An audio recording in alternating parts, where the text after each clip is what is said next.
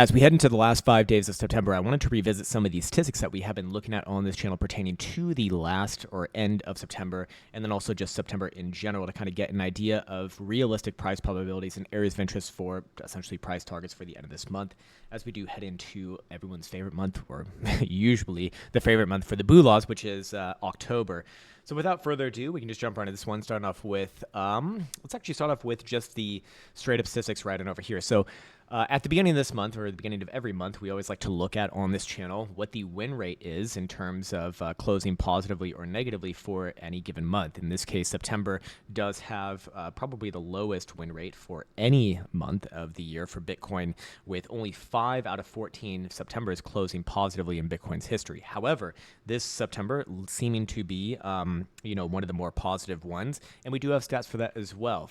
So for the 5 Septembers that we do have in Bitcoin's history, the average return for those 5 Septembers was just over 7% right here. And I do think that that is rather interesting as of right now, because if we go over here to the monthly look and we measure from the beginning of September, the open to where Bitcoin is currently at right now, Bitcoin is trading about just under 8% above September's open. So we are kind of in alignment with that as of right now.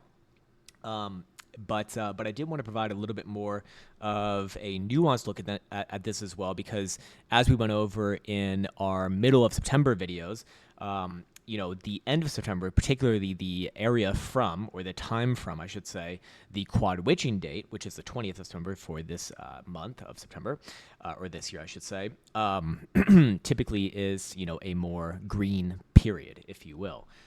As typically things kind of switch around during quad witching, as that is a major expiration. So big money managers typically kind of flip in their positions, and that's why you do see a lot of pivots around quad witchings in general, and especially in September as well. So let's go into the actual data for that. We have our September witching over here, and we did find that from the measuring from the quad witching date in September to the end of September, almost always, no, not almost always, but over 83% of the time, that was a green period for that, last, let's just say 10 days or so, somewhere around there. And for those 10 days, the average return for the positive gaining periods was just over 5.25%, again, from that quad witching date. So let's kind of come up with an area of interest here now, and understanding that, yes, the positive returns for September on average are about 7%, which kind of puts us where Bitcoin is at right now. Let's just say a little bit above $63,500. But if we go over here and highlight when that quad witching date was, which was the 20th for this year, which was right here, what would 5% on top of current price action look like? Well, that would put Bitcoin at just over $66,000, which is significant here because Bitcoin is in a position to do something that it hasn't done in quite some time, which is reverse the weekly trend by making a higher high for the first time in a long fucking time. Where's the last swing high for Bitcoin on the weekly? That would be right here, right around the mid-August rally, which did get up to about $65,000. You can see Bitcoin did rally up during this last period in September, just under $65,000. So it has not flipped that lower high just yet. In fact, I made a post about this earlier today. It's a nice little flippant post, but I've been having fun with this because, well, why not? I'm underslept, and that's the best time to be talking some shit. So, whoops, this is actually the wrong one right here, but it was this one right here. What do you call it?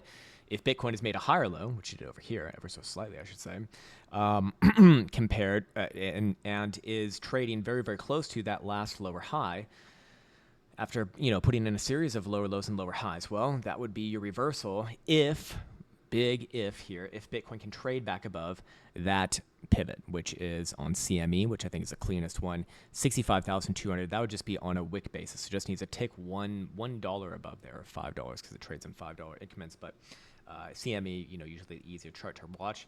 For spot price action, that same area would theoretically be 65,105, spot 95 on the index. So if Bitcoin can trade above there, well, I would be looking at that as an indication that, we have the reversal. And, I don't know how many people are necessarily waiting for that. I think a lot of people are just kind of getting seasonalistically bullish, which kind of does make me a little bit concerned. But then again, there's barely anyone in this fucking market, and stats are stats. to all the naysayers' dismay. So it does look like, we probably will see a positive end of month. But let's just kind of speculate here. What if, again, we did see the negative side of this emerge, which again has happened 4 times in Bitcoin's history? Well, though, of those 4 times, we saw about a 2% loss. So 2% loss from that quad witching date to the end of the month would put Bitcoin where? Would put Bitcoin close at about actually under $62,000. So kind of giving us a nice likelihood probabilistic range. Again, these are averages. There's going to be some variance within there. Even the data set itself is kind of limited, but we have seen these things work out many times. But not every time, of course. Again, that's averages. Just like the example yesterday, which apparently a lot of people really understood, which is really good. It's very concerning when people don't understand that. Anyways, yeah, so moving on from there, I do want to go back to the HPDR over here. I did forget to mention, because, it's kind of moving around a lot at the beginning of this week, 5-day HPDR did close above the median. And the current 5-day period will end actually tomorrow night. So just want to see Bitcoin continue to close above it, which is 63,500 basically. So as long as Bitcoin's above there, upside still emerging from this point is more likely, and could theoretically trade all the way up to 70,000. In the next few periods.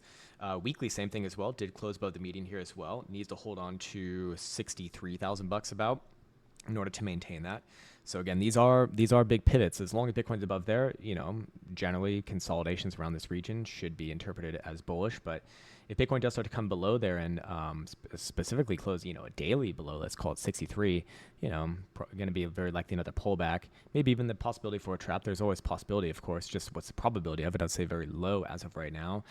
As long as there's no closures below, again, about 63,000 bucks, especially even on a daily. So, yeah, moving on from there, I do want to go into some daily statistics. Wednesday, which has actually been a more likely to be bearish day for Bitcoin. In fact, one of the most likely days to close negatively from open to closure, although it does have the lowest of any weekday negative returns for that at 180, versus the positive side, which is actually relatively high for those positive closing Wednesdays, which has returned over 3 1/3%. So what would that look like in terms of price action today? Well, to the downside, I think we've probably already seen this. No, actually, we have not.